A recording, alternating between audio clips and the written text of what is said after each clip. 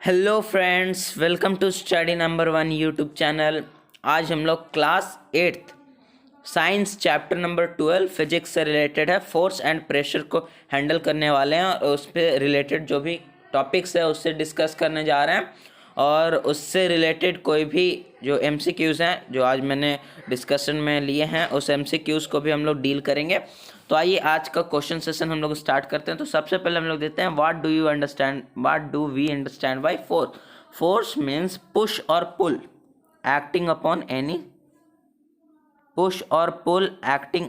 Any object और any body is known as force. तो force जो है वो क्या क्या एक्शन कर सकता है। जैसे ये कार है तो इस कार के मूवमेंट को फोर्स चेंज कर सकता है। तो जो फोर्स है वो मूवमेंट मीन्स मोशन जो है उसे इंक्रीज और डिक्रीज कर सकता है। और फोर्स जो है डायरेक्शन को चेंज कर सकता है। और फोर्स जो है वो शेप को चेंज कर सकता है। जैसे डायरेक्शन चेंज, जैसे आप लोग क्रिकेट खेले होंगे तो क्रिकेट में जब बैट्समैन है वो बॉल को हिट करता है अपने बैट से, तो बैट से जो हिट हुआ बॉल तो उसका डायरेक्शन चेंज हो जाता है। तो ये होगा। और फिर शेप में चेंज हो जाता है। जैसे आप लोग डो जानते होंगे, डो जो आटा का लोई होता है, जो मीन्स जो रोटी बनाने के लिए इस्तेमाल होता है, तो उस पर जब फोर्स लगता है तो उसका शेप चेंज हो जाता है वो और फिर फोर्स से और भी शेप चेंज होते हैं। जैसे कि कोई क्रशर मशीन है तो क्रशर मशीन जो है किसी भी बॉडी या ऑब्जेक्ट पे जब फोर्स अप्लाई करती है तो उसका शेप चेंज हो जाता है। और फोर्स मीन्स होता है टू इंक्रीज और decrease in energy also, means in energy जो है उसमें इंक्रीज और डिक्रीज होना। जैसे कि हम लोग देखते हैं कि ये अगर रोड है तो ये अगर कार है तो एक कार अगर इसमें फ्यूल जब तक है तब तक ये कार चलता है क्योंकि उससे एनर्जी मिल रहा है। जब इसमें एनर्जी धीरे धीरे लो होते रहता है तो कार भी धीरा हो जाता है। तो यही होता है एनर्जी में, एनर्जी का भी बहुत बड़ा रोल है फोर्स में। तो आइए आज का क्वेश्चन सेशन हम लोग स्टार्ट करते हैं। The net force on an object is blank if the two object acting on it is opposite direction are equal in opposite directions are equal if f1 is equal to f2 means बोल रहा दो force जब है तो एक दूसरे से वो इक्वल हो, पहला कंडीशन। तो आइए हम लोग कंडीशन को पहले लिख लेते हैं। f1 is equal to f2 ये कंडीशन कर रहा है। और f1 और f2 एक दूसरे से अपोजिट वर्क कर रहे हैं। तो आइए हम लोग जरा सिचुएशन इससे क्रिएट करते हैं। एक बॉक्स है, ये ऑब्जेक्ट, ये मीन्स पर्सन ए है, ये है पर्सन बी। तो ये पर्सन ए है और पर्सन बी है। तो पर्सन ए फोर्स अप्लाई कर रहा है पर्सन बी के डायरेक्शन में और पर्सन बी फोर्स अप्लाई कर रहा है पर्सन ए के डायरेक्शन में इस बॉक्स पे। तो ये जो डायरेक्शन में मीन्स जो दोनों एक दूसरे के अपोजिट डायरेक्शन में फोर्स को अप्लाई कर रहे हैं, तो जिसका फोर्स ज़्यादा होगा उसके अपोजिट साइड में बॉक्स चला जाएगा। जैसे कि इफ़ मीन्स जो पर्सन बी है उस वो ज़्यादा फोर्स अप्लाई कर रहा है तो बॉक्स इधर की ओर पुश हो जाएगा। और पर्सन ए अगर ज़्यादा अप्लाई कर रहा है तो फोर्स, तो ऑब्जेक्ट जो है पर्सन बी की तरफ मूव हो जाएगा। लेकिन इसमें बोल रहा है कि F1 और F2 इक्वल है, मीन्स फोर्स जो एक दूसरे से अपोजिट हो रहा है। अगर अपोजिट फोर्स एक दूसरे पे होगा तो दोनों के बीच में डिफरेंस होगा। मीन्स हम लोग कह सकते हैं फोर्स 1 माइनस फोर्स 2।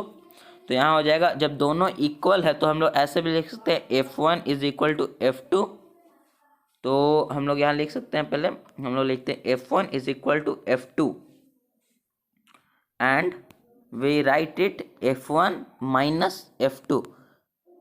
तो इससे हम लोग ऐसे भी लिख सकते हैं F1 माइनस F1, हम लोग लिख सकते हैं क्योंकि F1 जो है F2 के इक्वल है तो इससे ये कट गया तो यहाँ आएगा 0। तो जो नेट फोर्स हुआ वो 0 के इक्वल होगा। तो इसका आंसर हो जाएगा option number C, net force is equal to 0। अगर कोई भी फोर्स बड़ा रहता है, if F1 is greater than F2, so जो ऑब्जेक्ट है वो F2 के तरफ मूव कर जाता, पुश हो जाता। और अगर F2 ग्रेटर रहता, if F2 is greater then F1, सो जो ऑब्जेक्ट है वो F1 के डायरेक्शन में मूव कर जाता। तो ये क्वेश्चन थे, तो इसका आंसर होगा option number C, net force 0 होगा जब फोर्स एक दूसरे के, देखिए अगर फोर्स एक दूसरे के अपोजिट में वर्क करेगा तो फोर्स के बीच में डिफरेंस होगा, फोर्स एक दूसरे के पैरेलल वर्क करेगा तो फोर्स में एडिशन होगा या सम होगा। तो अब हम लोग नेक्स्ट क्वेश्चन देखते हैं, we discuss next question. There is one force which is exerted by all matter on all other matter, what force is this? तो हम लोग सबसे पहले फोर्स के टाइप्स को जानते हैं। तो 2 टाइप्स के फोर्स होते हैं, एक फोर्स है कॉन्टैक्ट फोर्स और एक है नॉन कॉन्टैक्ट फोर्स। और इसमें भी इसके सब टाइप्स होते हैं, सब टाइप्स। तो आइए हम लोग, कॉन्टैक्ट मीन्स आप लोग क्या समझते हैं कि किसी भी 2 ऑब्जेक्ट्स के बीच में गैप ना रहे, मीन्स 2 ऑब्जेक्ट एक दूसरे से कनेक्टेड रहे, तो वो हो गया कॉन्टैक्ट फोर्स। तो कॉन्टैक्ट फोर्स भी 2 तरह के होता है muscular force, the force which is applied via muscles, और force which is applied through energy is known as muscular force. और एक और फोर्स होता है फ्रिक्शनल फोर्स हमेशा होता है कॉन्टैक्ट ऑफ सरफेस में। अगर ये रोड है, इस पे आपने इस पे मान लीजिए कार चल रही है, तो ये जो कार का टायर है और ये जो फ्रिक्शनल फोर्स है, दोनों के बीच में मीन्स जो रोड है उस पर दोनों के बीच में फ्रिक्शनल फोर्स हो रहा है, इसलिए कार का जो टायर है वो हीट के कारण मीन्स देखते हो उसमें जो गैप्स दिए रहते हैं, ग्रुप्स, वो इरेज हो जाते हैं जब जो टायर है वो लंबे समय तक यूज़ होता है। तो फ्रिक्शनल फोर्स अगले चैप्टर में हम लोग को पढ़ना है। तो 2 फोर्स थे कॉन्टैक्ट फोर्स, अब 3 फोर्स है सब टाइप्स है नॉन कॉन्टैक्ट फोर्स के, वो है ग्रेविटेशनल फोर्स। और gravitational force means the force which attracts another object, the force which attracts another object towards it, this force is known as gravitational force। और अगर gravitational force में ही अगर कोई magnetic objects एक दूसरे को अट्रैक्ट करे तो वो ऑब्जेक्ट हो जाएगा अट्रैक्ट करे। ग्रेविटेशनल फोर्स में सिर्फ अट्रैक्शन होता है, मैग्नेटिक फोर्स में अट्रैक्शन के साथ साथ रिपल्शन भी होता है। रिपल्शन मीन्स एक दूसरे से अलग होना। तो ग्रेविटेशनल फोर्स, कोई भी अगर ऑब्जेक्ट दूसरे ऑब्जेक्ट को अपने तरफ पुल करता है तो वो उस फोर्स को हम लोग ग्रेविटेशनल फोर्स कहते हैं। और कोई भी ऑब्जेक्ट जब वो कांटेक्ट में नहीं हो एक दूसरे से, मीन्स अलग हो, जैसे आप लोग जानते होंगे कि जो सन है उसका ग्रेविटेशनल फोर्स के कारण जो 8 प्लैनेट्स है वो सन के चारों ओर रिवॉल्व करते हैं, तो ग्रेविटेशनल फोर्स ये है। और मैग्नेटिक फोर्स जो है, कोई भी आयरन ऑब्जेक्ट अगर एक दूसरे में कांटेक्ट बनाए, मीन्स एक दूसरे में अट्रैक्शन बनाए, कांटेक्ट नहीं, नॉन कांटेक्ट रहे दोनों के बीच में और दोनों के बीच में अट्रैक्शन हो या रिपल्शन हो, तो उस फोर्स को हम लोग मैग्नेटिक फोर्स कहते हैं। और एक और फोर्स है इलेक्ट्रोस्टैटिक फोर्स, जो चेंज ऑफ चार्जेस होता है या चार्जेस के कारण कोई किसी भी ऑब्जेक्ट में अट्रैक्शन और रिपल्सन होता है। जैसे आप लोग जानते होंगे पॉजिटिव चार्ज के बीच में रिपल्शन होता है, मीन्स लाइक चार्जेस के बीच में रिपल्शन होता है और अनलाइक चार्जेस के बीच में अट्रैक्शन होता है। तो ये 3 फोर्स थे, नॉन कॉन्टैक्ट और कॉन्टैक्ट फोर्स हो गया, फ्रिक्शनल फोर्स और मस्कुलर फोर्स। तो इसमें बोल रहा है कौन सा वैसा फोर्स है जो ऑल मैटर्स पे इक्वली ट्रीट करता है, मीन्स ऑल मैटर्स मीन्स हमेशा वो फोर्स अकर करता है। तो अगर आप लोग देखते हैं फ्रिक्शनल फोर्स हो गया, तो फ्रिक्शनल फोर्स जब तक कांटेक्ट नहीं होगा तब तक वो अकर नहीं होगा, मीन्स इसमें कांटेक्ट फोर्स का कोई रोल नहीं है। तो यहाँ फ्रिक्शनल फोर्स और मस्कुलर फोर्स पहले ही ऑप्शन से हट गया, अगर है तो फ्रिक्शनल फोर्स है तो इसे हटा दीजिए ऑप्शन से। अब जो बाकी 3 ठो बचा ये है नॉन कांटेक्ट फोर्स। तो देखिए अगर मैग्नेटिक फोर्स और इलेक्ट्रोस्टैटिक फोर्स को और ग्रेविटेशनल फोर्स, ये तीनों नॉन कांटेक्ट फोर्स है, तो अगर इलेक्ट्रोस्टैटिक सॉरी इलेक्ट्रोमैग्नेटिक यहाँ लिखा है ना, इलेक्ट्रोमैग्नेटिक नहीं होगा, इलेक्ट्रोस्टैटिक फोर्स होगा। तो इलेक्ट्रोमैग्नेटिक तो फिर मैग्नेटिक फोर्स में आ गया, तो यहाँ इलेक्ट्रोस्टैटिक फोर्स होगा, स्टैटिक फोर्स। तो अगर इलेक्ट्रोस्टैटिक फोर्स, अगर दो ऑब्जेक्ट्स के बीच में चार्जेस एक्सचेंज नहीं होंगे तो दोनों के बीच में अट्रैक्शन और रिपल्सन भी नहीं होगा, तो ये भी अपने डिस्कशन से बाहर चला गया। और मैग्नेटिक फोर्स, अगर हम लोग दो ऑब्जेक्ट्स को लेते हैं, अगर वो एक ऑब्जेक्ट मान लीजिए मैग्नेट है और सेकंड ऑब्जेक्ट आयरन ऑब्जेक्ट नहीं है, तो अट्रैक्शन दोनों के बीच में नहीं हो, तो मैग्नेटिक फोर्स भी गया। तो इसका आंसर हो जाएगा ग्रेविटेशनल फोर्स। कोई भी ऑब्जेक्ट रहे तो ग्रेविटेशनल फोर्स के साथ वो एक दूसरे को अट्रैक्ट करता है। जैसे अर्थ हो गया, तो अर्थ अपने तरफ सारे ऑब्जेक्ट्स को खींचता है, ये नहीं है कि सिर्फ मेटल को खींचेगा, सिर्फ नॉन मेटल को खींचेगा, सारे ऑब्जेक्ट को अपने तरफ वो अट्रैक्ट करता है। तो इसका आंसर होगा option number 1, gravitational force. So we proceed to next question. How is the weight of an astronaut is in the outer space is related with his actual weight. Weight कोई भी होता है, wait और मास के बीच में यही difference है कि मास ऑल ओवर यूनिवर्स में सेम रहेगा, लेकिन वेट जो है वो ग्रेविटेशनल फोर्स पे डिपेंड करता है। ग्रेविटेशनल फोर्स पे, जैसे कि अगर आपका अर्थ है तो अर्थ पे जो ग्रेविटेशनल है मून के 6 टाइम्स है। अगर मून पे 1% ग्रेविटेशनल फोर्स है तो अर्थ पे 6% है। जैसे सपोज कीजिए अगर मून पे कोई ऑब्जेक्ट हो, उसका जो वेट है वो 100 kg है, तो अर्थ पे उसका जो वेट रहेगा 600 kg रहेगा। तो ये था, ये क्योंकि ग्रेविटेशनल के जहाँ ग्रेविटेशनल फोर्स ज़्यादा रहेगा वहाँ वहाँ मीन्स ज़्यादा अट्रैक्शन होगा, या ज़्यादा वहाँ का उस ऑब्जेक्ट का वेट रहेगा। तो इस हिसाब से हमारे जो सोलर सिस्टम मीन्स हमारा जो सोलर सिस्टम है सिर्फ, उसमें सबसे ज़्यादा जो ग्रेविटेशनल फोर्स है वो सन के पास है, तो सबसे ज़्यादा वेट किसी भी ऑब्जेक्ट का सन पे रहेगा। तो देखते हैं और जो आउटर स्पेस में है एस्ट्रोनॉमर्स का एक्चुअल वेट क्या रिलेटेड रहता है। It is less than his actual wait. Outer space में जाते हैं तो उसका जो वेट है वो लेस हो जाता है, और पहला ऑप्शन ये कर रहा है, और दूसरा it is more than his actual weight, तो एक्चुअल वेट उसका बढ़ जाता है। It is same as his actual weight, same, और इट इज़ 0। तो हम लोग देखते हैं सबसे पहले एस्ट्रोनॉमर्स जो है वो आउटर स्पेस में गए। जैसे ये अर्थ है, अर्थ का ये एटमॉस्फेयर है, तो इसके अगर बाहर निकल गए तो आउटर स्पेस में तो कोई ग्रेविटी है ही नहीं। जो आउटर स्पेस में है उसमें कोई ग्रेविटी नहीं, ग्रेविटी सिर्फ है तो वो है दो ऑब्जेक्ट्स के बीच में। आउटर स्पेस में तो कोई ऑब्जेक्ट है ही नहीं, सब वैक्यूम है, तो वहाँ ग्रेविटी क्या रहेगा। जैसे कि ये अगर सन है, ठीक है, सन के बाद ये सारे प्लैनेट्स है, 8 प्लैनेट्स आगे लाइन से है, तो यहाँ जो इसके बाद जो डार्क पार्ट रहता है, जहाँ कुछ फील मीन्स कुछ नहीं रहता, तो वहाँ वैक्यूम, वहाँ कुछ भी नहीं रहता। वैक्यूम मीन्स होता है empty place which does not contains anything, वहाँ एयर भी नहीं रहता।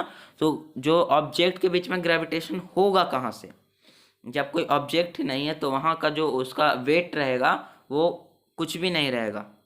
तो इसका आंसर हो जाएगा इट इज़ 0, उसका जो वेट है वो 0 हो जाएगा। इसलिए आप लोग जानते होंगे कि आउटर स्पेस में अगर कोई भी जाता है तो फ्लोट करने लगता है। क्यों फ्लोट करता है? क्योंकि आउटर स्पेस में वैक्यूम है, वैक्यूम है, तो वहाँ किसी भी अगर कोई भी फोर्स को अकर होना तो दो ऑब्जेक्ट होना नेसेसरी है, और आउटर स्पेस में तो वैक्यूम है, कुछ स्पेस में कुछ रहेगा तभी तो अट्रैक्शन होगा। जैसे ये सन है, ये अर्थ है, अर्थ के बीच में और सन के बीच में अट्रैक्शन हो रहा है क्योंकि अर्थ है। अगर यहाँ से हम लोग अर्थ को ही हटा देंगे तो यहाँ एयर भी नहीं रहेगा, एयर नहीं रहेगा तो अट्रैक्शन किसके किसके बीच होगा। तो ये आप लोग समझ गए होंगे आई होप। तो इसका आंसर होगा option number D, it is 0। So we proceed to next question. Thomas and Mary are playing carrom board, they arrange the seeds means जो कॉइन्स रहते हैं कैरम बोर्ड में, in the vertical order. Thomas strikes on the seat with the striker with a great speed. He find that the strikers do not fall down. On the other hand, when he strike the seats with less power, all the strikers on the stakes fell down. What property of force this is? आइए तो इसके बारे में कुछ हम लोग situation सबसे पहले क्रिएट करते हैं। ये एक कैरम बोर्ड है। कैरम बोर्ड इसी तरह रहता है, 4 होल्स रहते हैं। तो वो जो कॉइन्स है उसको सिक्वेंसली अरेंज किया, मीन्स एक उसके ऊपर एक और, उसके ऊपर एक और, उसके ऊपर एक और। तो ऐसे यहाँ से स्ट्राइकर है, तो स्ट्राइकर से जब हिट किए तो देखे कि जो जब कॉइन्स को लगा तो नीचे वाला जो कॉइन है वो निकल गया और बाकी फिर वर्टिकली ऑर्डर में स्ट्रेट खड़े रहे। लेकिन जब वो स्पीड से और अगर वो जब स्लो कॉइन को हिट किए तो सारे कॉइन्स गिर गए। तो ऐसा क्यों हुआ? तो इससे पहले हम लोग न्यूटन्स के 3 लॉस जो है उसको जान लेते हैं। फर्स्ट लॉ न्यूटन का कहता है कि कोई भी अगर ऑब्जेक्ट है वो अगर रेस्ट में है तो अगर उस पर कोई भी फोर्स अप्लाई हम लोग नहीं करेंगे तो वो रेस्ट में ही रहेगा। और कोई भी अगर ऑब्जेक्ट है वो अगर मूवमेंट में है तो उस पर static movement, uniform movement means अगर 1 मिनट में 10 मीटर्स जा रहा है तो वैसे ही चलते रहे, 2 मिनट्स में 20 मीटर्स वैसे ही चलते रहे। तो अगर यूनिफॉर्म मोशन में है तो वो उस पर अगर कोई भी फोर्स अप्लाई नहीं हो तो चेंज नहीं होगा। तो ये जो सीट्स थे मीन्स जो कॉइन्स थे वो वर्टिकली अरेंज थे। तो जब इधर से स्ट्राइकर आया तो ये तो अभी रेस्ट में है, तो इधर जब ये स्ट्राइकर जो है एक को सिर्फ मूवमेंट में लेके गया, बाकी सब तो रेस्ट में ही है, रेस्ट में। और जो तो इसका आंसर होगा Newton's first law. Newton's first law को ही सेटिस्फाइड करता है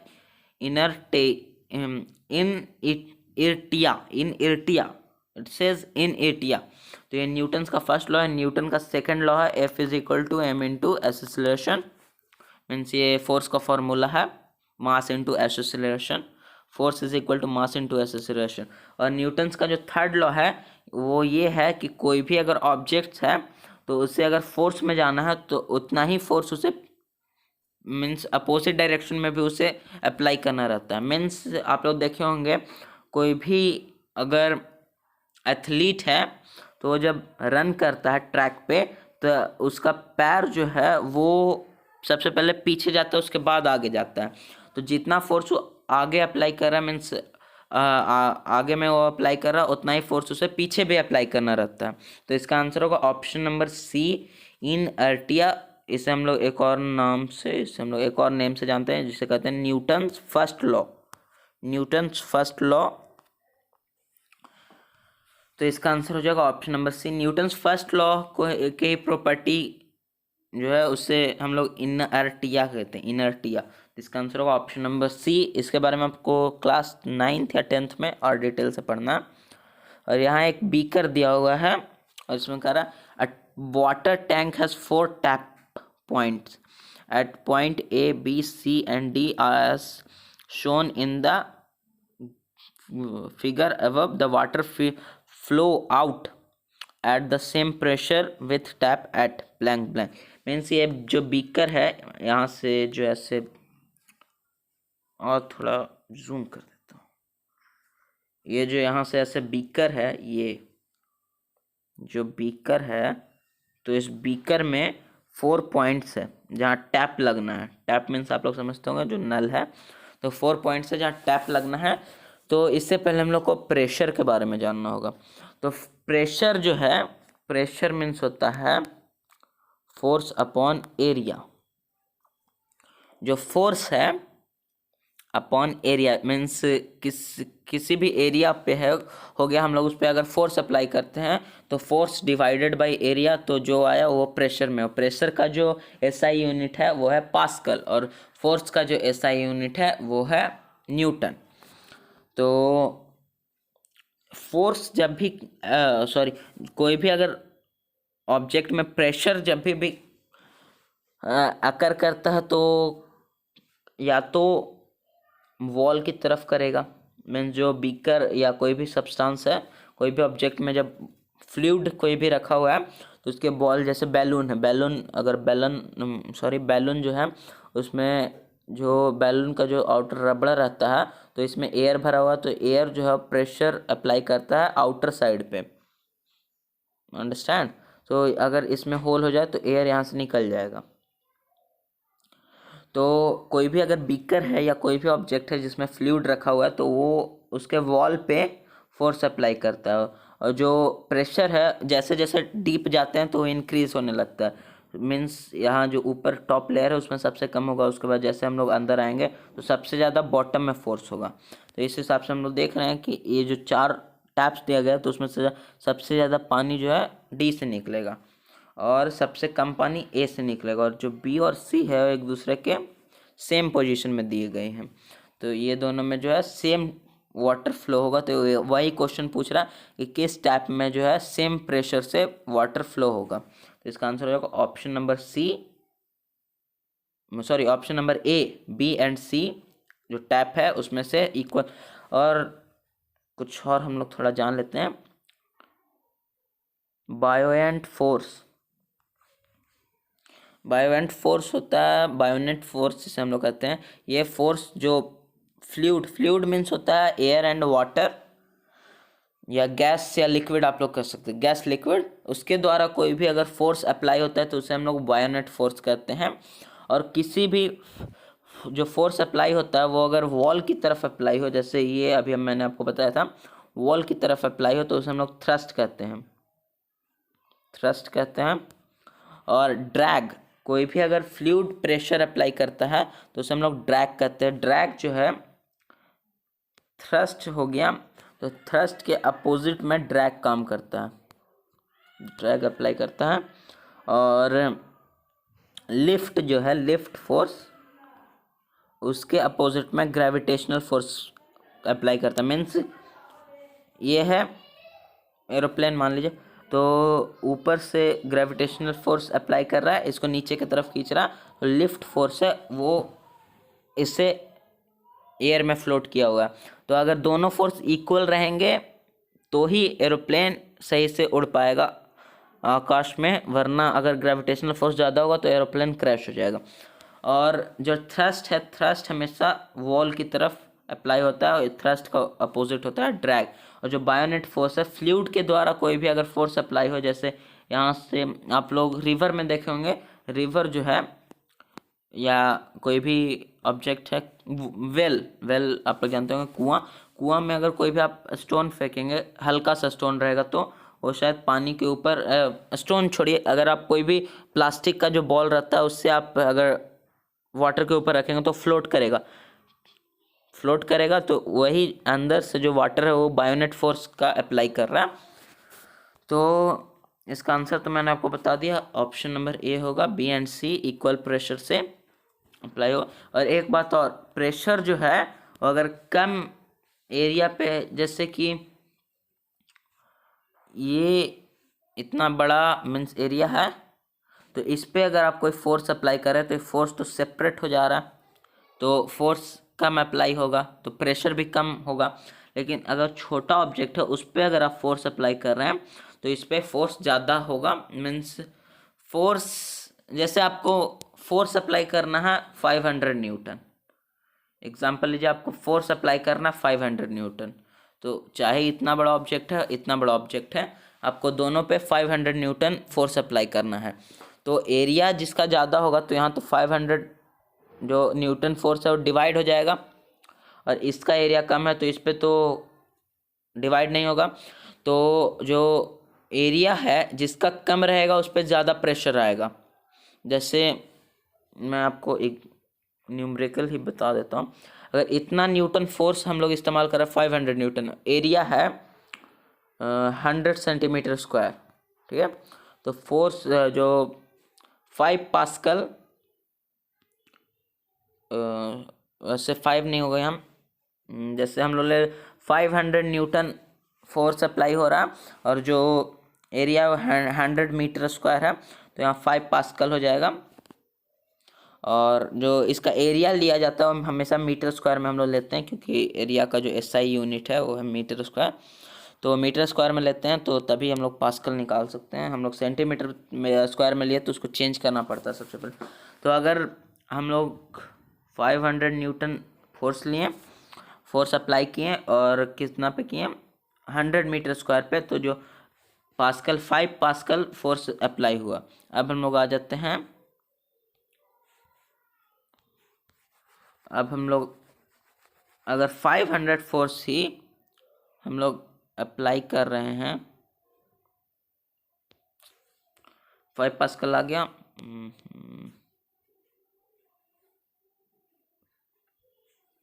5 पास्कल, और अगर हम लोग 500 न्यूटन फोर्स से अप्लाई कर रहे हैं 10 मीटर स्क्वायर पे, तो ये कम एरिया हो तो इस पर ज़्यादा प्रेशर अप्लाई होता है 50 पास्कल। तो ये अगर एरिया कम रहेगा प्रेशर ज़्यादा क्रिएट करेगा, और एरिया ज़्यादा रहेगा तो प्रेशर कम क्रिएट करेगा। तो ये हो गया, तो इसका आंसर होगा option number A, B and C tap जो है। Force can affect the state of motion body by, जो फोर्स है वो मूवमेंट मीन्स जो मोशन में रहता है, मोशन मीन्स होता है मूवमेंट, जो ऑब्जेक्ट मूवमेंट में रहता है उस पर क्या इफेक्ट करता है। तो फोर्स चाहे तो इंक्रीज कर सकता है, चाहे तो डिक्रीज कर सकता है स्पीड को। तो इंक्रीज इन स्पीड इंक्रीज हो सकता है, लेकिन ये नहीं है कि फोर्स जब भी लगे तो हमेशा इंक्रीज होगा। अगर अपोजिट में अगर कोई फोर्स इधर से मोशन में आ रहा है और अगर इधर से कोई फोर्स अप्लाई कर दे तो स्पीड तो डिक्रीज हो जाएगा, और इधर से ही आ रहा है फोर्स और इसके पैरेलल में और फोर्स अप्लाई कर दें तो ये इसका स्पीड इंक्रीज हो जाएगा। चेंज इन डायरेक्शन, फोर्स है चेंज इन डायरेक्शन कर सकता है, लेकिन ये नहीं कि हमेशा डायरेक्शन में ही चेंज करेगा। और चेंज इन शेप भी कर सकता है ऑब्जेक्ट का, लेकिन ये मूवमेंट, ये जो डायरेक्शन और ऑब्जेक्ट है ये दोनों मूवमेंट से रिलेटेड, ये मूवमेंट से रिलेटेड नहीं, लेकिन ये है क्योंकि इसमें स्पीड लिखा है। तो स्पीड जो है वो change in the direction of speed means अगर डायरेक्शन राइट की तरफ है तो उसको लेफ्ट कर देगा, ये हो सकता है लेकिन हमेशा नहीं हो, ये नहीं हो सकता। तो बोथ इंक्रीज और चेंज इन डायरेक्शन, तो इसमें दोनों हो जाएगा। ये डायरेक्शन भी चेंज कर सकता है, इंक्रीज भी कर सकता है, डिक्रीज, अगर इसमें डिक्रीज रहता है तो मीन्स ऑप्शन के अकॉर्डिंग हम लोग को देखना है। तो इंक्रीज भी कर सकता है स्पीड को, डायरेक्शन भी चेंज कर सकता है, डिक्रीज भी कर सकता है स्पीड को, या मोशन से रेस्ट में चेंज कर सकता है।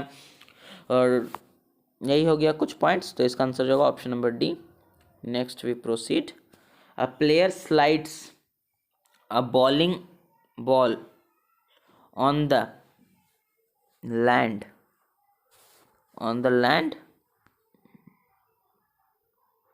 on the lane to hit the pins means ये जो पिंस रहता है इधर से बॉल रोलिंग आता है, सबको गिरा देता है। तो इस गेम में what is the effect of the force exert on the bowling ball, जो मीन्स जो फोर्स अप्लाई होता है बॉलिंग बॉल पे वो क्या इफेक्ट करता है। तो स्टॉप द मूविंग बॉल को स्टॉप कर देता है, नहीं वो तो मूवमेंट में लाता है। Change the direction of the moving ball का डायरेक्शन को चेंज नहीं करता है, शेप भी चेंज नहीं करता है, पोजीशन चेंज कर देता है। जो ये पिंस रहते हैं ऐसे पिंस रहते हैं, कुछ मेरा ड्राइंग तो उतना अच्छा नहीं है, जो पिंस रहते हैं तो जब बॉल आता है तो ये स्टैटिक पोजीशन में, स्टैटिक मीन्स होता है रेस्ट पोजीशन में, तो इनके जो डायरेक्शन या पोजीशन है उसको चेंज कर देता है, इसे रेस्ट से मूवमेंट में कर देता है कन्वर्ट। तो इसका आंसर हो जाएगा option number D, change the position of the stationary pins. So we proceed to next question, rubber sucker stick to a surface, why does rubber sucker जो है और सरफेस से क्यों स्टिक हो जाए। रबर सकर आप लोग देखेंगे जूसर मशीन के जो लेग्स रहते हैं उसके नीचे रहता है कि वो लैंड से अटैच हो जाए, तो इसलिए होता है कि उसके बीच में एटमॉस्फेरिक प्रेशर क्रिएट हो जाता है, तो एटमॉस्फेरिक प्रेशर इस पे एक्ट करता है, तो इसलिए मीन्स एटमॉस्फेरिक प्रेशर ये रबर सकर है, तो इसके बीच में जो एयर है वो गैप हो जाता है। आप लोग कह सकते हो जो एयर है वो इसे पकड़ के रखता है, ऊपर से भी फोर्स लग रहा है एटमॉस्फेरिक प्रेशर, इसलिए वो दब जाता है और फिर मुश्किल होता है थोड़ा निकालने में। तो इसका आंसर हो जाएगा option number D, atmospheric pressure acts on it. Which of the following requires a pushing force, में जो ऑप्शन दिया पुशिंग फोर्स किसे रिक्वायर्ड है? Throwing of a stone, grabbing hold of pen. Pencil को अगर होल्ड करना है तो इसके लिए तो हमें मस्कुलर फोर्स चाहिए, और लीफ फॉल कर रहा है तो जो ये ट्री है इसमें से अगर कोई भी लीफ फॉल कर रहा है, ये ट्री है इसमें से अगर कोई भी लीफ फॉल कर रहा है अर्थ पे, तो अर्थ पे क्यों फॉल कर रहा है? क्योंकि ग्रेविटेशनल फोर्स के कारण। और अ लोड लिफ्टिंग बाय अ पुली, जो पुली है मीन्स ये है, तो इस पे जो लोड हम लोग खींचते हैं, ये अगर यहाँ बकेट अटैच है, ये वेल है, इसमें से पानी निकालना, तो इसे हम लोग लोड खींचते हैं, तो इसके लिए भी हमें मस्कुलर फोर्स चाहिए। तो स्टोन, मैंने आपको अभी बताया था कि न्यूटन्स थर्ड लॉ, जितना हम लोग को आगे फोर्स चाहिए उसके लिए हम लोग को पीछे भी फोर्स अप्लाई करना पड़ता है। तो स्टोन को हम लोग फेंकते समय हाथ, अपने जो हैंड को है उसको हम लोग पीछे करते हैं, उसके बाद आगे फेंकते हैं। तो ये फोर्स हम लोग सबसे पहले पीछे अप्लाई कर रहे हैं, उसके बाद आगे अप्लाई कर रहे हैं, अपोजिट डायरेक्शन में फोर्स अप्लाई। तो इसका आंसर होगा option number A, throwing a stone. So we proceed to next question. Which of the following statements about the moon is not correct? Moon के बारे में कौन सा स्टेटमेंट सही नहीं? The moon orbit the earth keeping the same side facing us. जो moon है वो टाइडली लॉक्ड है, टाइडल लॉक्ड है अर्थ से, इसलिए उसका हम लोग को हमेशा एक ही फेस दिखता है। और the gravitational pull of the moon cause high tides in ocean, ये भी सही है। तो हम लोग को नॉट क्या सही नहीं है, तो ए और बी तो हम लोग को अभी सही लग रहा है। The craters on the moon cause long ago still exist because the moon has no atmosphere. जो क्रेटर्स हैं मीन्स मून पे जो भी गड्ढे हैं क्रेटर्स, वो अभी भी वहाँ मतलब हैं। और क्यों हैं? क्योंकि उसमें एटमॉस्फेयर नहीं, एटमॉस्फेयर रहता तभी उसमें एयर रहता है, एयर रहता तो उसका जो मीन्स जो वहाँ का मिट्टी है, सॉइल है, उससे क्रेटर को भर देता जब एयर चलता तो, लेकिन वहाँ क्रेटर्स अभी भी हैं। The sunlight up the complete moon at any one time. जो सनलाइट है वो ये बोल रहा है कि सनलाइट जो है कि जो हम लोग का एक डे रहता है 24 आवर्स में, उसमें सिर्फ एक ही समय मून पे पड़ता है, नहीं, सनलाइट जो है हमेशा मून पे अप्लाई होता है, इसलिए हमें मून रात दिन में नहीं दिखाई देता, क्योंकि दिन में सनलाइट बहुत ज़्यादा हो जाता है, इसलिए हम लोग को लाइट के कारण, जो सन का लाइट है उसके कारण हम लोग को रात को मून दिखाई देता है। और इसलिए जो मून है वो नॉन ल्यूमिनस ऑब्जेक्ट है और जो सन है वो ल्यूमिनस ऑब्जेक्ट है। इसका आंसर हो जाएगा ऑप्शन नंबर डी, ये रॉन्ग है मून के बारे में। Next we proceed. Identify the application of low pressure in everyday life. Low pressure का हम लोग को एग्जाम्पल देना है जो हम लोग को डेली लाइफ में हो रहा है। Wide tyres of a heavy vehicles, जो वाइड टायर है, देखिए फ्रेंड्स, अगर लो प्रेशर बोल रहा है तो एरिया उसका ज़्यादा होगा तभी जो प्रेशर है वो कम लगेगा। तो जैसे आप लोग देखे होंगे कि बाइक का जो टायर रहता है वो बस के टायर से पतला रहता है, क्योंकि बाइक पे कम प्रेशर पड़ता है, बाइक पे प्रेशर उतना नहीं पड़ता, इसलिए टायर उसी प्रेशर के अकॉर्डिंग रहता है, लेकिन बस पे ज़्यादा प्रेशर पड़ता है इसलिए टायर को वाइड किया जाता है। और अगर हैवी हुआ जैसा ट्रक हो गया तो उसका जो टायर है और हैवी रहता है और वाइड रहता है। और cutting on Apple with a sharp knife, sharp knife का जो नीचे वाला रहता है उसे प्लेन किया जाता है, आप लोग जानते हैं, उसका सरफेस एरिया को कम किया जाता है। क्यों? क्योंकि जितना कम सरफेस एरिया होगा उतना अच्छा से प्रेशर लग सकता है उस पर। Hammer of A nail with would into would means जो वुड है, लकड़ी है, उसमें नेल आप लोग जानते होंगे, कील ऐसा रहता है, इसका नीचे में जो पॉइंटेड रहता है, पॉइंटेड क्यों रहता है? क्योंकि इसका एरिया कम है, तो अगर हैमर से हम लोग इसको बीट करेंगे तो कम एरिया है तो प्रेशर ज़्यादा लेगा और जल्दी वुड में इनहल्फ हो जाएगा, इनगल्फ हो जाएगा। तो इसमें ये जो बी और सी है ये हम लोग को हाई प्रेशर का एग्जांपल दे रहा है, लेकिन wide tyres of heavy vehicles ये हम लोग को लो प्रेशर का एग्जांपल दे रहा है। तो ऑप्शन नंबर ए आंसर हो जाएगा एप्पल, ए फॉर एप्पल। तो इसका आंसर होगा option number A. So we proceed to next question.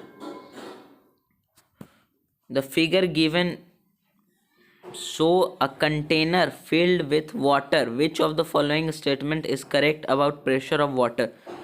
तो इसमें कह रहा है कि जो पॉइंट्स दिए गए हैं वहाँ से अगर वाटर लीक होगा तो मीन्स ये जो ऑप्शन दिए गए हैं उसमें से क्या इसके बारे में सही कर रहा है।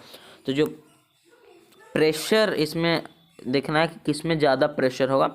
जो प्रेशर है, प्रेशर सबसे ज़्यादा सी में होगा, क्योंकि मैंने आपको बताया कि जो ऑप्शन नंबर मीन्स जो सी होल है वो उसमें ज़्यादा प्रेशर अकर होगा, क्योंकि जैसे जैसे डेप्थ में जाते हैं वैसे वैसे प्रेशर इंक्रीज होता है। उसके बाद बी में, उसके बाद ए में। तो यहाँ देखते हैं हम लोग ऑप्शन, यहाँ बोल रहा है कि ए में बी से ज़्यादा होगा, तो ये तो गलत हो गया, गलत हो गया। और कोई भी इक्वल नहीं होगा तो ये भी गलत हो गया।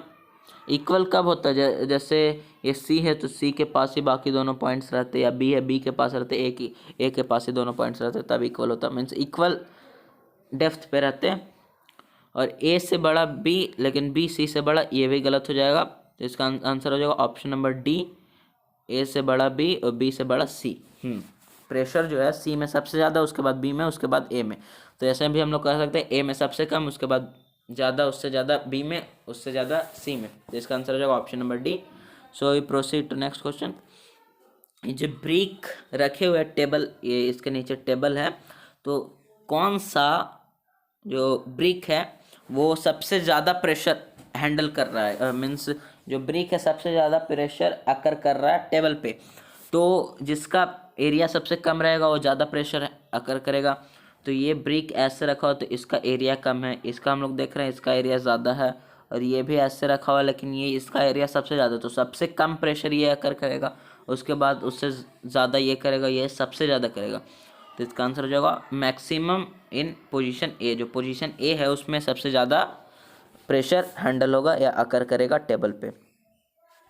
तो इसका आंसर होगा option number A. Next we proceed. A force that oppose the motion of one surface sliding over other is. जैसे कि ये कोई सरफेस है, इस पर अगर आप लोग जानते होंगे बॉल जो है क्रिकेट बॉल, वो अगर इस पे आ रहा है तो आप लोग देखेंगे क्रिकेट बॉल सरफेस पे रोल करते करते करते करते अगर उस पर कोई फोर्स अप्लाई नहीं हो रहा तो मीन्स आप लोग अगर एक पोजीशन से उसे थ्रो कर दिए हैं, उसमें फोर्स अप्लाई कर दिए, तो थोड़ा देर जाते जाते वो आगे जाके स्टैटिक हो जाएगा। ऐसा क्यों होता है कि जो ग्राउंड है मीन्स जो फ्रिक्शनल फोर्स है, हमेशा जो फोर्स चल रहा है अप्लाई हो रहा है उसके अपोजिट में आकर करता है।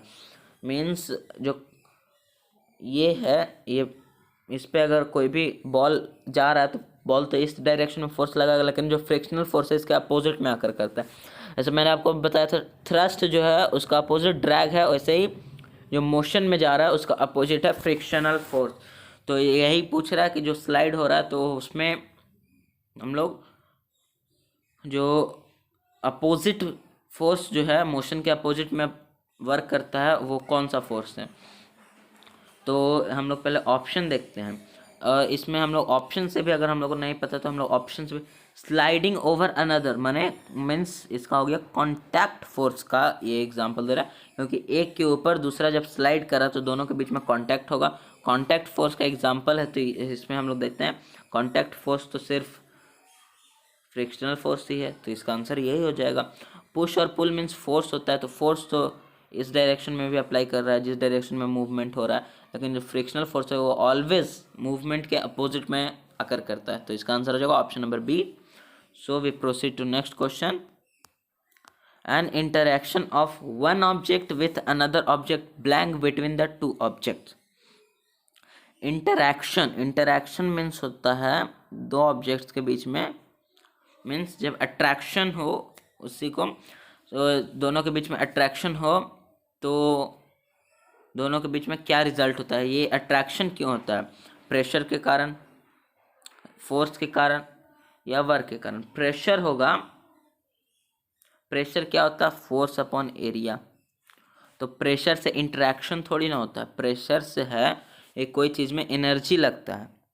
और रिजल्ट ऑफ वर्क, वर्क का इससे कोई लेना देना नहीं है। और जब रिजल्ट ऑफ प्रेशर हुआ नहीं, वर्क हुआ नहीं, तो ऑल ऑफ दिस भी नहीं होगा। तो इसका आंसर हो जाएगा option number C, results of in a force. Force के कारण ही दो ऑब्जेक्ट एक दूसरे से अट्रैक्ट होते हैं, रिपल्स होते हैं, जैसे आप लोग जानते होंगे magnetic force.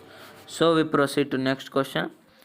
The strength of force is expressed by, जो फोर्स का स्ट्रेंथ है उसे हम लोग एक्सप्रेस करते हैं मैग्नीट्यूड से। मैग्नीट्यूड एक वर्ड यूज होता है स्ट्रेंथ को मेजर करने के लिए फोर्स का। तो इसका आंसर हो जाएगा ऑप्शन नंबर सी, मैग्नी। आप लोग जानते होंगे स्केलर क्वांटिटी और वेक्टर क्वांटिटी, इसके बारे में अभी मैं आपको नहीं बताऊंगा क्योंकि अभी आप चैप्टर से इससे लेना देना नहीं है, तो इससे मैं नहीं बताऊंगा। इसका आंसर हो जाएगा option number C, magnitude. Next we proceed. What is a state of movement? A state of motion. A state of motion means position of motion, position of rest, both by the state of rest or motion. Means इसमें कर रहा है और none of this तो होगा नहीं, सबसे पहले ये ऑप्शन कट गया। अब मोशन मीन्स क्या होता है? मोशन मीन्स होता है मूवमेंट। तो मूवमेंट हो गया तो आप पोजीशन ऑफ मोशन मीन्स आप अगर मोशन इस डायरेक्शन में कर रहे हैं तो ये इस position means state of motion से आप क्या समझते हैं? तो state of motion means the state of having movement. तो अगर हम लोग रेस्ट में भी हैं तो उसको भी हम लोग लिख सकते हैं ज़ीरो मोशन। कोई मोशन नहीं हो रहा लेकिन मोशन है ना, ज़ीरो मोशन। तो इसका आंसर हो जाएगा option number C, state of rest और मोशन। बोथ जब मोशन में है तो वो मोशन काउंट ही होगा, लेकिन जब आप रेस्ट में तो भी हम लोग उसको लिख सकते हैं ज़ीरो मोशन। तो हम लोग लिख सकते हैं rest is equal to no motion और ज़ीरो मोशन। तो मोशन में तो हैं आप लेकिन ज़ीरो मोशन है, मीन्स मूवमेंट आपका हो रहा है लेकिन मूवमेंट नहीं हो रहा है, एक कॉन्ट्राडिक्शन है एक दूसरे से। तो इसका आंसर होगा option number C, both by the state of rest और मोशन। नहीं तो आप इसे ऑप्शन से भी सेपरेट कर सकते हैं, नन ऑफ दिस नहीं होगा। पोजीशन ऑफ रेस्ट, आपका रेस्ट में आप अगर आप राइट पोजीशन में हैं तो आपका पोजीशन इससे पोजीशन स्टेट मीन्स होता है अवस्था। तो अवस्था पोजीशन से हम लोग नहीं बता सकते हैं। मान लीजिए अगर आपका पोजीशन जो है मीन्स आप अगर सेंटर में खड़े हुए तो आपको कोई कह सकता है कि आप मीन्स आप अगर सेंटर में हैं तो आपको उस समय से कोई बता सकता है कि आप सेंटर में मूव कर रहे। मीन्स मैं अगर मान लीजिए मैं आपसे 10 किलोमीटर दूर हूँ तो मैं तो आपको नहीं देख पा रहा हूँ, तो आप अगर बोलेंगे कि मैं यहाँ पे हूँ तो मैं तो वहाँ से नहीं बता सकता कि आप यहाँ पे मूवमेंट में हैं कि रेस्ट में हैं। तो इसका पोजीशन से भी कोई लेना देना नहीं, नन ऑफ दिस होगा नहीं। तो इसका आंसर हो जाएगा ऑप्शन नंबर सी, मोशन और रेस्ट दोनों स्टेट में। A force applied on an object में चेंज इट्स। अब अगर फोर्स अप्लाई हो रहा है तो कलर में तो कोई चेंज नहीं होगा क्योंकि कलर जो है फिजिकल चेंज है। मीन्स फिजिकली किसी भी ऑब्जेक्ट का कलर रहता है। जैसे एप्पल है, अगर एप्पल हम लोग देखते हैं तो एप्पल में रेड कलर है तो रेड ही कलर रहेगा। उस पर फोर्स कीजिए कुछ भी कीजिए उसका कलर तो चेंज होगा नहीं। वेट उसका चेंज, देखिए अब यहाँ एक प्रॉब्लम आ गया। फोर्स अगर अप्लाई होगा तब उसका जो स्पीड है वो भी चेंज हो सकता है और वेट भी चेंज हो सकता है। तो यहाँ मत लगता है टाइप राइटर कुछ गलत कर दिया। इसका आंसर ए और डी दोनों होगा, ए एंड डी बोथ। और मास मैंने आपको बताया ऑल ओवर यूनिवर्स मास हमेशा सेम रहता है लेकिन वेट इफेक्ट करता है। और जो अगर फोर्स लग रहा है जैसे ग्रेविटेशनल फोर्स है तो आपका वेट पे अफेक्ट करेगा। जैसे अर्थ है, अर्थ पे अगर आपका वेट 60 के जी है तो मून पे आपका वेट 10 के जी होगा, लेकिन आपका मास जो है वो हमेशा इक्वल होगा। तो ये डिफरेंस होता है। तो इसका आंसर ए और डी बोथ होगा। Next we proceed. Magnetic force is, मैंने आपको बताया कि मैग्नेटिक फोर्स जो नॉन कॉन्टैक्ट फोर्स है।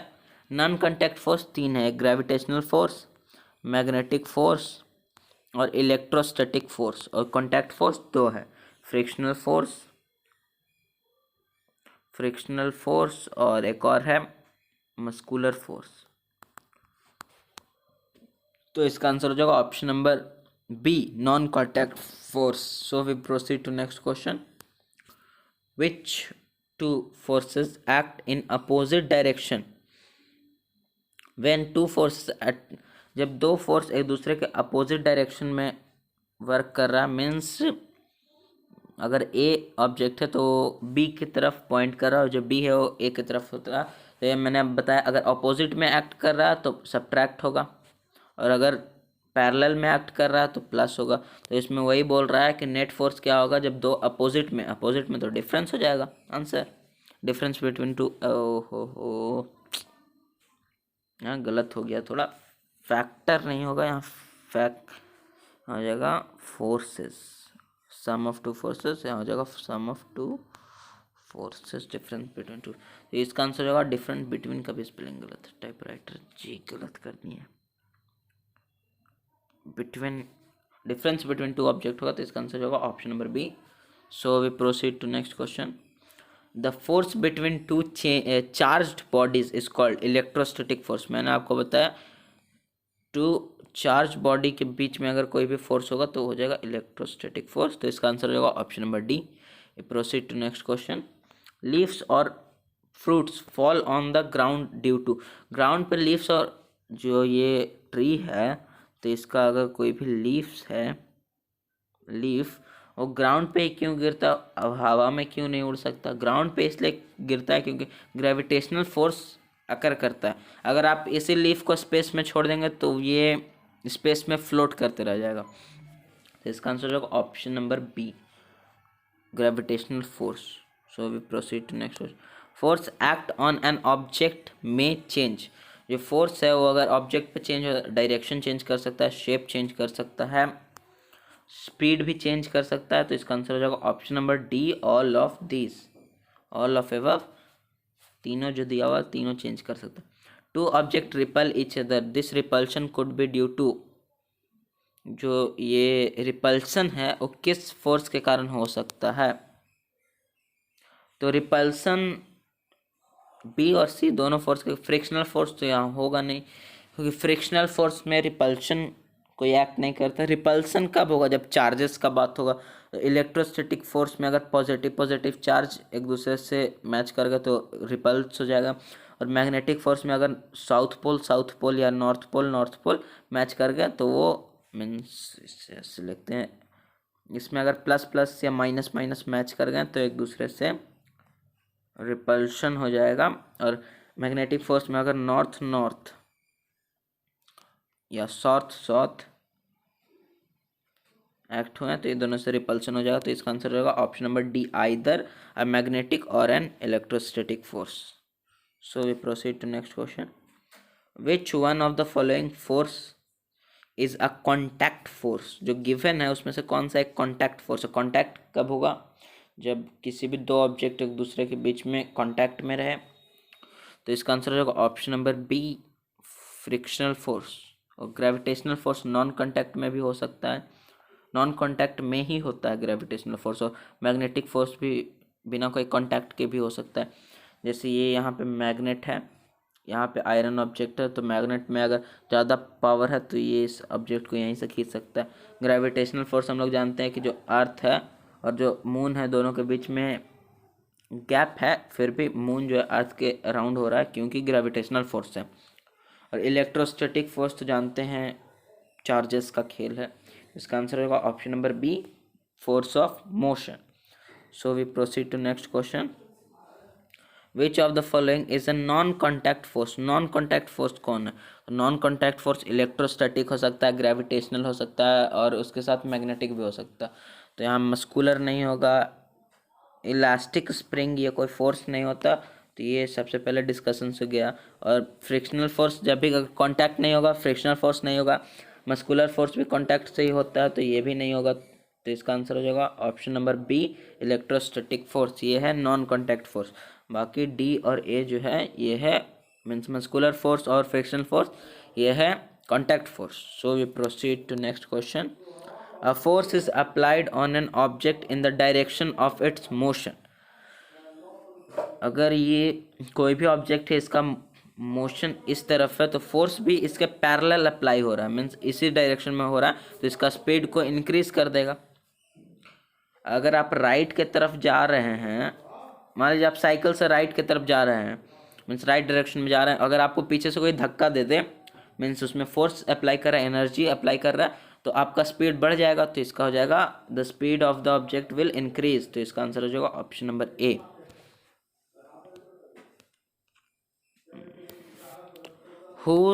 How does the pressure exert by a liquid, liquid के में प्रेशर कैसे एग्जर्ट होता है? जब जब हम लोग डेप्थ में जाते हैं तो लिक्विड का जो प्रेशर इंक्रीज हो जाता है, तो यही बोल रहा है कि जो डेप्थ में, तो इंक्रीज विद डेप्थ, जब हम लोग डेप्थ में जाते हैं प्रेशर इंक्रीज हो जाता है, तो ये आंसर हो जाएगा। डिक्रीज, अगर हम लोग अबव से बिलो में जाते हैं तो प्रेशर डिक्रीज नहीं होता, इंक्रीज होता है, कांस्टेंट नहीं रहता है। First increase then decrease, means सबसे पहले अगर आप डेप्थ में जाते हैं तो इंक्रीज हो जाता है, मीन्स अगर आप उसके बाद डिक्रीज होने लगता है, मीन्स ये कह रहा है कि इंक्रीज से डिक्रीज होता है, मीन्स ऊपर ज़्यादा रहता है फिर नीचे कम नहीं, ऊपर कम रहता है, उसके बाद जैसे जैसे हम लोग डेप्थ में जाएगा उससे इंक्रीज होता है। तो इसका आंसर हो जाएगा option number A, increase with depth. We proceed to next question. अब A, when does a body float on water, जो बॉडी और वाटर में कैसे फ्लोट करेगा? जो फोर्स एक्टिंग कर रहा है, कौन सा फोर्स अकर करता है? BioNTech force. और जो आपका फोर्स है वो दोनों फोर्स अगर जीरो हो जाए तो आप फ्लोट करेंगे। तो इसका आंसर होगा option number B, when the net force acting on the body is zero. Net force means क्या कर रहा है, जो बोथ फोर्सेस अप्लाई हो रहा है वो अगर जीरो हो जाए। देखिए अगर कोई भी फोर्स एक दूसरे के अपोजिट में अप्लाई होगा तो ज़ीरो हो जाएगा।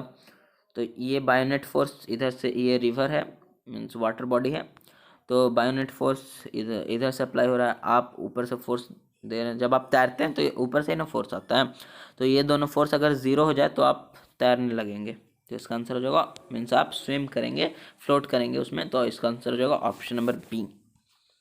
सो we proceed to next question. How is the weight of an astronaut in the outer space is related with, ये क्वेश्चन लगता है हम लोग कर लिए, उसका जो वेट है वो जीरो होगा, तो इसका आंसर हो जाएगा ऑप्शन नंबर डी। हम लोग ऊपर क्वेश्चन कर चुके हैं। विच of the following is an example of contact force, contact force का एग्जाम्पल कौन है? कॉन्टैक्ट फोर्स का एग्जाम्पल या तो मस्कुलर फोर्स से रिलेटेड हो सकता है या तो फ्रिक्शनल फोर्स से रिलेटेड हो सकता है। तो जो मून है ऑर्बिट करता है अर्थ का, ये ग्रेविटेशनल फोर्स का एग्जाम्पल है, तो ये डिस्कशन से बाहर। अब magnet picking and safety pin, तो मैग्नेट जो वो दूर से भी खींच सकता है सेफ्टी पिन को, तो ये भी नॉन कॉन्टैक्ट फोर्स, ये भी गायब हो गया, ये भी आउट हो गया हमारे डिस्कशन से।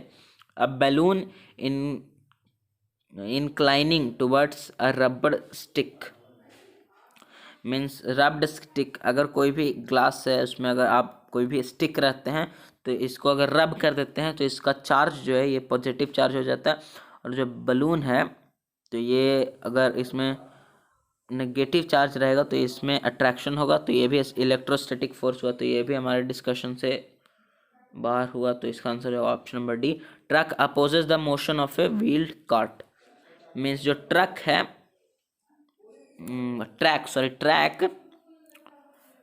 Track opposing the motion of A wheeled cart, means ये अगर कार्ट है कोई भी, ये कार्ट अगर जा रहा है आगे तो जो ट्रैक है मीन्स जिस ट्रैक पे कार्ट चल रहा है तो उसमें जो फोर्स अप्लाई होगा अपोजिंग होगा, तो ये फ्रिक्शनल फोर्स का एग्जांपल मैंने आपको कहा था कि अगर मस्कुलर फोर्स या फ्रिक्शनल फोर्स का एग्जांपल रहे तो ही वो कॉन्टैक्ट फोर्स में आएगा। तो इसका आंसर हो जाएगा option number D, option number D, track opposing the motion of a cart. So we proceed to next question. On what factors does the magnitude of non contact force depend, जो magnitude है, magnitude means strength जो है non contact force का किस पे depend रहता है? Distance between two object, दो ऑब्जेक्ट के बीच में, मास बिटवीन टू ऑब्जेक्ट, पहले हम लोग ऑप्शन पढ़ लेते, chemical composition of the two object, all the above.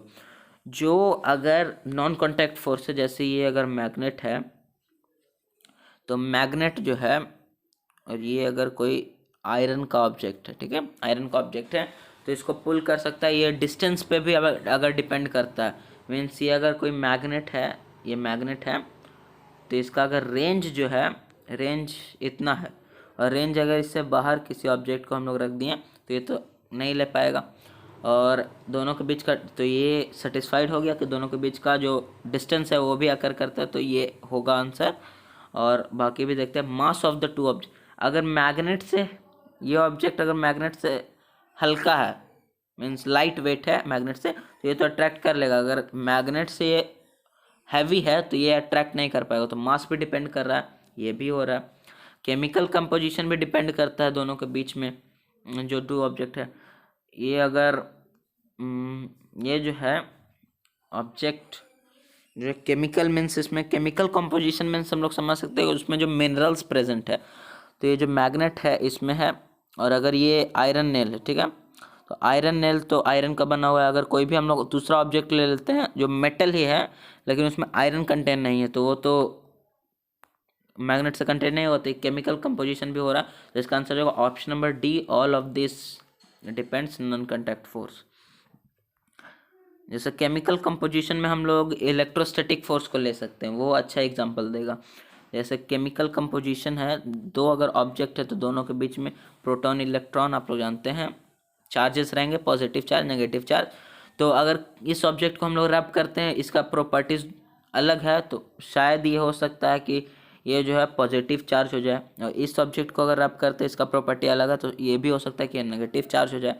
तो ये भी केमिकल कंपोजिशन भी आकर करता है। तो इसका आंसर जो option number D, all of above. So we proceed to next question. The force resulting due to the action of muscles is known as the, जो फोर्स जो है वो हैंडल करता है मसल के एक्शन से, तो वो हो जाएगा मस्कुलर फोर्स। और ये मस्कुलर फोर्स जो है कॉन्टैक्ट फोर्स है। मसल से यहाँ लिखा मिल गया मस्कुलर फोर्स, मीन्स ये हो गया transfer of energy. Muscular force वही ना होता है, हम लोग किसी भी ऑब्जेक्ट को अगर मोशन में मीन्स मोशन में डालते हैं तो वो ऑब्जेक्ट जो है वो उससे हम लोग अपना एनर्जी दे रहे हैं तभी तो आगे बढ़ रहा है।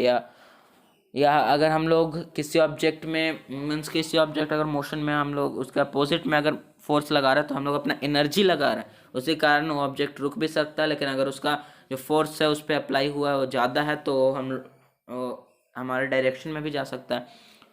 तो इसका आंसर हो जाएगा option number A, muscular force muscles के अकरिंग से होता है। So we proceed to next question. Raghav is pulling a bucket full of water out of a well.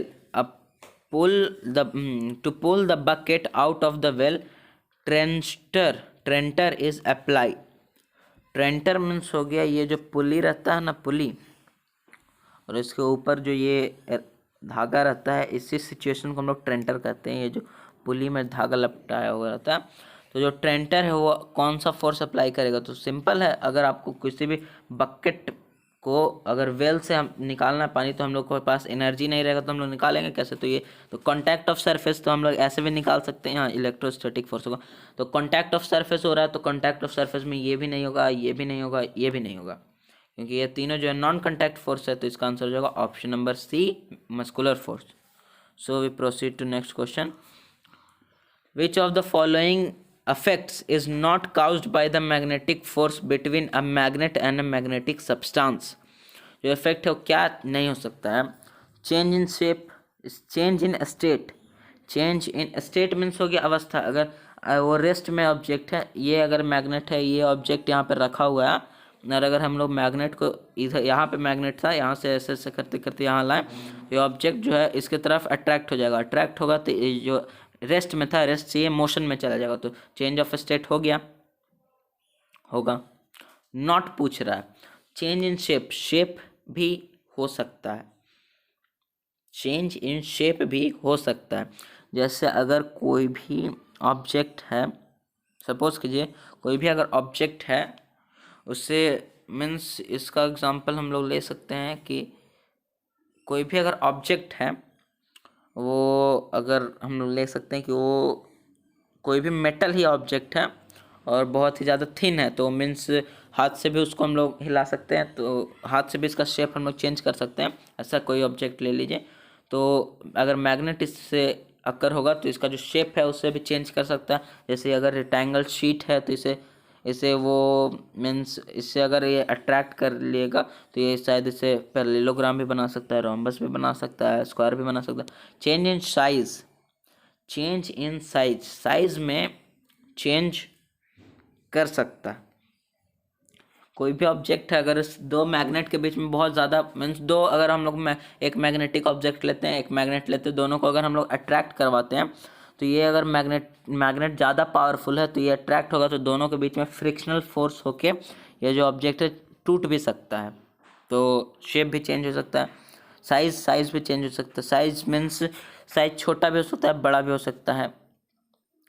जैसे एक मैग्नेटिक फ्लूइड आता है तो उसका साइज भी चेंज हो सकता है, शेप भी चेंज हो सकता है अगर उसे हम लोग मैग्नेट के कांटेक्ट में लाएं तो। जैसे मैं आपको एक अगर कुछ ट्रे है, इसमें हम लोग अगर मैग्नेटिक फ्लूइड रख दिया, इसके नीचे से अगर हम लोग मैग्नेट देंगे तो ये ऐसे ऐसे ऐसे ऐसे उठ जाता है। उसमें केमिकल कंपोजिशन में चेंज नहीं होगा। केमिकल कंपोजिशन में चेंज होता है इलेक्ट्रोस्टैटिक फोर्स में। ये ध्यान रखिएगा कि इलेक्ट्रोस्टैटिक फोर्स में केमिकल ऑब्जेक्ट में चेंज हो सकता है केमिकल कंपोजिशन में। तो इसका आंसर हो जाएगा option number D. So we proceed to next question. When a charged balloon attached to wall without any help, blank force is in object. जैसे ये वॉल है या कोई भी बैलून है, इसे हम लोग अगर प्लास्टिक से रब कर दिए हैं तो ये शायद नेगेटिव चार्ज हो जाता है, ठीक है, नेगेटिव चार्ज हो जाता है तो ये जाके वॉल पे स्टिक कर गया, वॉल की तरफ। वॉल में तो पॉजिटिव नेगेटिव दोनों चार्ज अभी है, स्टैटिक है ये, तो ये नेगेटिव चार्ज जो है वो अट्रैक्ट कर रहा है पॉजिटिव चार्ज को अपनी तरफ, या जो मीन्स जो ज़्यादा नंबर में है वो अट्रैक्ट कर रहा है। तो ये जो वॉल है वो अट्रैक्ट कर रहा है इस बैलून को, तो ये एक दूसरे से अट्रैक्ट होगा, तो ये इलेक्ट्रोस्टैटिक फोर्स है। तो ये इसका आंसर हो जाएगा option number B, electrostatic force. तो अगर आपको ये वीडियो अच्छा लग रहा है तो आप लाइक कर सकते हैं इस वीडियो को, ये कोई ज़बरदस्ती नहीं है, और चैनल को ज़रूर सब्सक्राइब कर लें क्योंकि आपको नोटिफिकेशन चाहिए। आपको अगर एग्ज़ाम में क्वालिफाई करना है, आपको अगर एग्ज़ाम में टॉप लाना है, तो इस चैप्टर वाइज वीडियो जो हो रहा है उससे आप ज़रूर देखें क्योंकि ये बहुत ही हेल्पफुल है एग्ज़ाम पर्सपेक्टिव से। या अगर आप चैप्टर, अभी तो कोरोना वायरस जो है वो फैला हुआ था, तो अगर आप चैप्टर सभी तो स्कूल में उतना पढ़ाई नहीं हुआ है, तो अगर आप चैप्टर नहीं पढ़े हैं तो ये वीडियो एक स्नैप रिकैप आपको दे देगा चैप्टर का, अगर आप खुद से भी चैप्टर पढ़े होंगे तो इसका आंसर होगा option number B, electrostatic force. So we proceed. और अगर आपके कोई दोस्त हैं जिसे लगता है मीन्स जो अगर अफोर्ड नहीं कर सकते हैं कोई भी पेमेंट पेड क्लास जिसे कहते हैं हम लोग, पेमेंट वाला कोर्स, तो आप उन्हें ज़रूर बताइए कि क्लास 8 का ये वीडियो लेक्चर है, स्टडी नंबर 1 पे चल रहा है। ओके, तो perpendicular force acting per unit area is known as thrust, is called 2 बार आ गया, इज कॉल्ड थ्रस्ट। तो जो परपेंडिकुलर फोर्स अप्लाई होता है उसे हम लोग थ्रस्ट कहते हैं। जैसे ये कोई ऑब्जेक्ट है, इस पर अगर हम लोग ग्रेविटेशनल फोर्स इस तरफ अप्लाई हो रहा है, जो थ्रस्ट फोर्स है इस तरफ अप्लाई होगा, ये हो गया इसके परपेंडिकुलर। तो ये हो गया, जैसे और हम लोग देख सकते हैं जैसे ये रोड है तो इस पर ऐसे फ्रिक्शनल फोर्स अप्लाई हो रहा है, तो जो फोर्स इधर अप्लाई होगा इसके परपेंडिकुलर वो फोर्स हो जाएगा थ्रस्ट। तो इसका आंसर होगा option number B, thrust. So we proceed to next question. Which of the following statement incorrectly describe the characteristics of force? जो force का characteristic incorrectly जो सही नहीं बता रहा, it may make an object move from rest। हाँ, ये हो सकता है, स्टेट उसका चेंज कर सकता है, तो ये होगा। और इनकरेक्ट हम लोग को ढूंढना, मे change the direction of the motion of object, ये भी हो सकता है, फोर्स अगर अप्लाई हो तो डायरेक्शन भी चेंज हो सकता है। और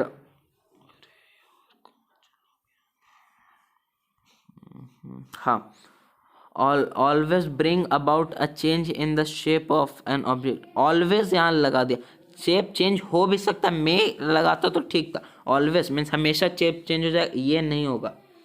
मे अगर होता यहाँ तो हो सकता था, लेकिन ऑलवेज लगा दिया तो ये नहीं होगा। स्पीड में भी चेंज हो सकता है, मोशन में आएगा तो स्पीड में भी चेंज हो सकता है। तो इसका आंसर होगा ऑप्शन नंबर सी। ये इनकरेक्ट स्पेल्ट है फोर्स के बारे में। ऑलवेज सिर्फ लिखा इसलिए इनकरेक्ट है, अगर मेन लिख देता तो ये सही हो जाता। तो वर्ड भी यहाँ बहुत ज़्यादा यूसेज देता। So we proceed to next question. Which of the following is true of the man in the picture shown below. ये जो अंकल बैठे हुए हैं टेबल पे, इसके बारे में क्या ट्रू कर। He is applying force on the stool. देखिए कोई भी अगर ऑब्जेक्ट है या कोई भी पर्सन है, उसका वेट क्यों होता है, क्योंकि ग्रेविटेशनल फोर्स उसे अपने तरफ पुल कर रहा है। तो अगर हम लोग, जैसे ये हम लोग हैं, ठीक है, हम लोग का कोई वेट नहीं, हम लोग का सिर्फ मास है, और जितना ग्रेविटेशनल फोर्स हम लोग के खींच रहा है, मीन्स अपने तरफ अट्रैक्ट कर रहा है, उतना हम लोग उतना फोर्स लगा रहा है। जैसे 60 न्यूटन्स है तो 60 न्यूटन वो फोर्स लगा रहा है, तो वो जो वज़न हो जाएगा वो 60 kg वजन हो जाएगा। तो यही है। तो जो मैन है वो फोर्स अप्लाई कर सकते हैं। ये मीन्स अभी तक ऑप्शन ये चल रहा है, ये मीन्स हम लोग इसे कर सकते हैं, लेकिन इससे भी अगर ये मीन्स 90% आंसर है, 10% और अगर कोई मैच कर गया ऑप्शन तो वो हो जाएगा। He represent only magnitude but no direction. जो फोर्स है, ये बात ध्यान रखिएगा कि जो फोर्स है वो स्केलर क्वांटिटी होता है। स्केलर क्वांटिटी, ओ सॉरी स्केलर नहीं, वेक्टर क्वांटिटी, वेक्टर नहीं,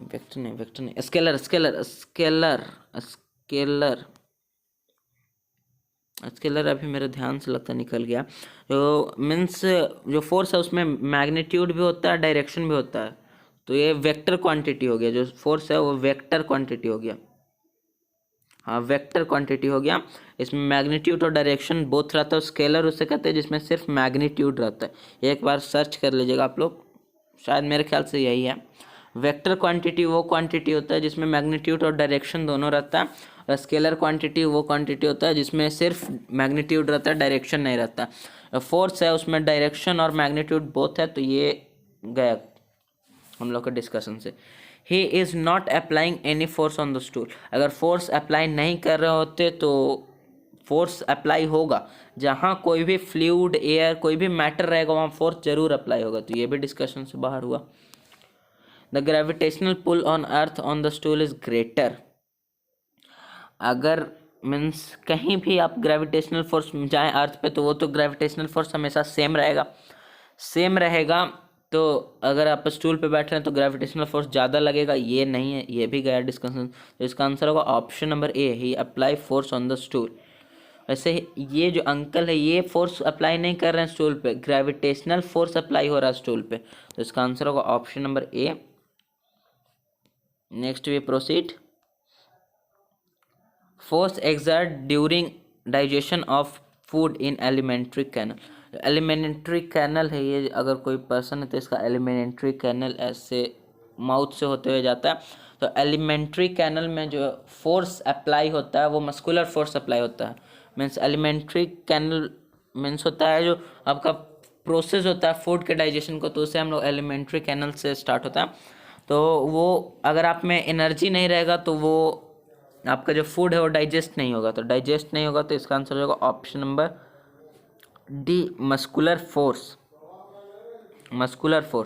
और अगर आपको पूछेगा, इसमें डाइजेशन पूछ रहा है, अगर आपको ये बोलेगा कि जो फोर्स अप्लाई हो रहा है जो एलिमेंट्री कैनल और फूड के बीच में क्या फोर्स है, तो हो जाएगा फोर्स ऑफ फ्रिक्शन। जो एलिमेंट्री कैनल में जो है वो एयर भी है, कोई भी मटेरियल है, तो दोनों में जो है फोर्स ऑफ फ्रिक्शन हो रहा है। अगर एलिमेंट्री कैनल और फूड के बीच में रिलेशन पूछेगा तो, नहीं तो ऐसे जो है मस्कुलर फोर्स हो रहा है। तो इसका आंसर हो जाएगा option number D, muscular force.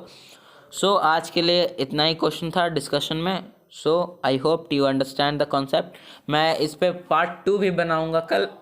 तो thank you for watching this video. If you like this video then please like, और you subscribe this channel for got notification about हमारे चैनल पे हिंदी मीडियम और इंग्लिश मीडियम दोनों medium में studies होती है। तो आप चाहे तो इस यहाँ से मीन्स आपको हेल्पफुल है बहुत ज़्यादा ये वीडियोस, क्योंकि यूट्यूब पे कोई भी जल्दी MCQs नहीं डिस्कस करता है।